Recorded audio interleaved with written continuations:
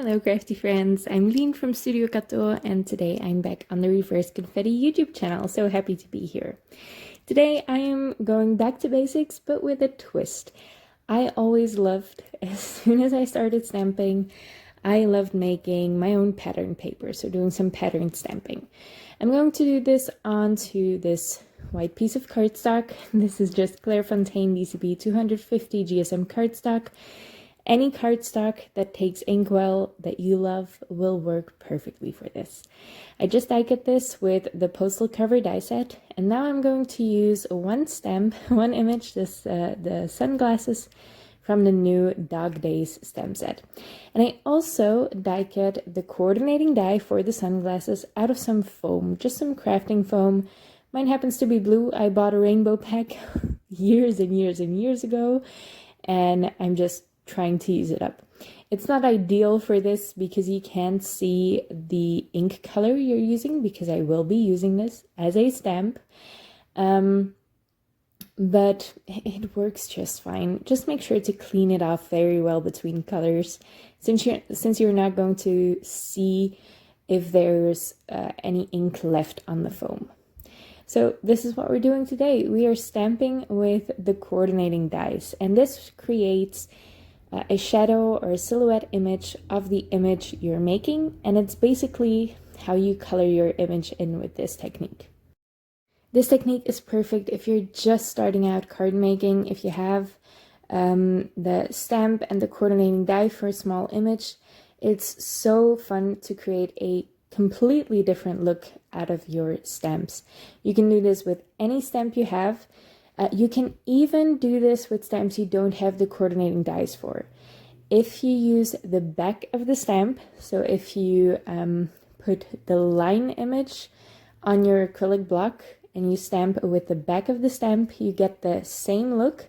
It stamps a little bit more difficult in my experience, but it works.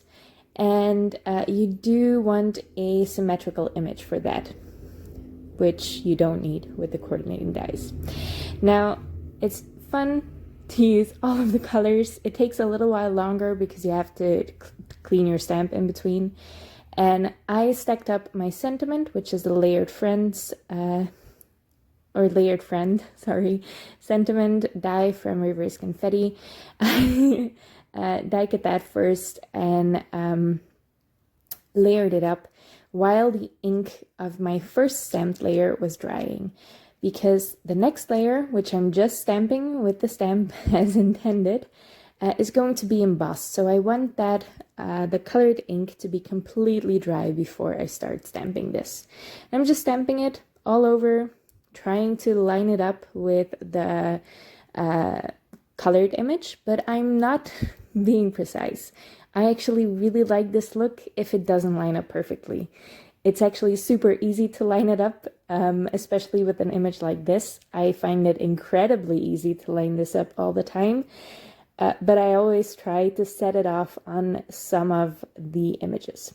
Now I sprinkled the embossing powder on while my masking tape was still in place. That is important because the tape will leave the paper underneath it a little bit sticky. So if you're going to emboss your image and you have some masking tape in place, sprinkle the embossing powder on first. Now, if you know your tape and you know it doesn't react well with heat, like I do, you might want to take up your tape before you actually heat set it. Because if I heat set it with my tape in place, the tape will cling to the paper a little bit harder and it will be a lot harder to remove. So yeah. That's my stamped panel. I'm all done with my background. I have my sentiment done. Now for my card panel, or my card base rather, I actually cut that a little bit smaller so it would fit behind the card panel without showing through those little cutouts. That's what I love to do with shaped dies like this. If they're card sized, I like to just trim my card base a little bit smaller so you can really see the details of the card panel. To glue this stacked die cut in place, I'm using Nuvo Deluxe adhesive. For everything else, I have used Barely Art Precision Craft glue, which is great at gluing paper to paper. I will even have a link in the description below if you want to check it out. It's great glue, it just doesn't deal well with glossy surfaces. And embossing is glossy, so you really want a strong adhesive for that. So I'm using the Nuvo Deluxe adhesive. For the little tittle above the eye, I also saved all of those from all of my die cut layers, and I'm just stacking them together on the page. I am using my jewel picker for this, and that's just a lot easier for me. So I put a dot of glue where I want the tittle to go. I add the tittle with my jewel picker, and I just stack them up like that. I'm also going to add some silver gems. This is a very, very shiny card. There's even going to be more shine in the end.